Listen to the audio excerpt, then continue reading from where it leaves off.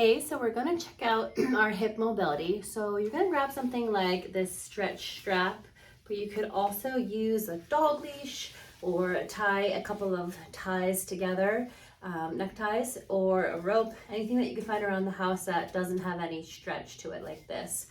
You're gonna just lay on the floor or a table or even your bed. And we're going to test your hip in a few different patterns of movement.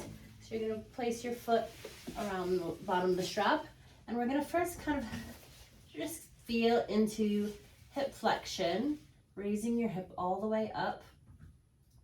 Kind of get a sense of where it starts to pull, where you start to feel that tension. Is it in the calf? Is it higher up into the hamstring? Or is it all the way down near the glute, near the bone that you sit on, that ischial tuberosity? And once you've gotten that information, you're gonna start to let your hip come out to the side. I like to hold with my outer hand down low and my hand on the opposite side to stabilize, and slowly letting that hip open up into adduction and abduction out to the side here. And how far down can you let that hip go? It's nice to be on an elevated table so you have the help of gravity letting you bring that hip down. Definitely hold on so that you don't fall over. But let's see how far that hip can go. So this is also kind of just giving you information at this point, seeing where you feel this in your body. I can feel this down to my inner left knee, but it does feel like a comfortable, good stretch. You can bring it back up and let it come across you now. This is that adduction, adduction, and see where that starts to feel tight. I can kind of feel it all the way on the outer thigh here, starting to make its way up to my ITBN. So again, feeling into your connective tissue to see what mobility you do have to start with. And then you can lower that and switch legs to compare, to kind of see what feels different from side to side in your hips. Coming all the way up. There's a big difference for me here. I can feel a lot less hip flexion, and it's primarily in my right hamstring that I can feel that. I don't feel much in the calf.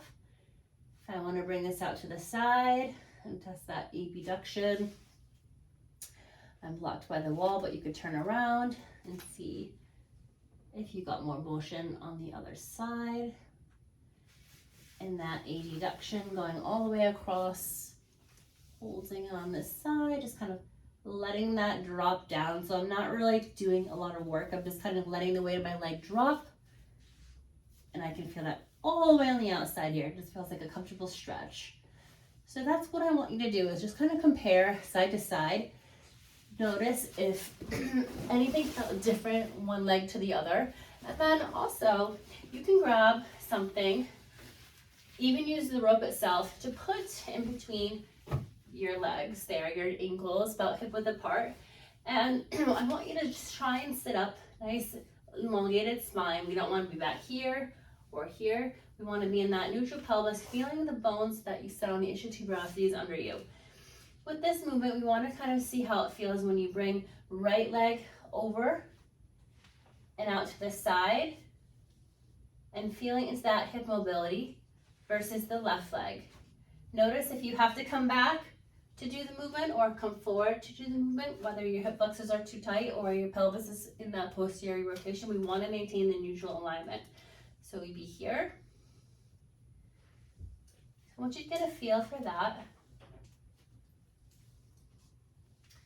Test it out and let me know how it goes.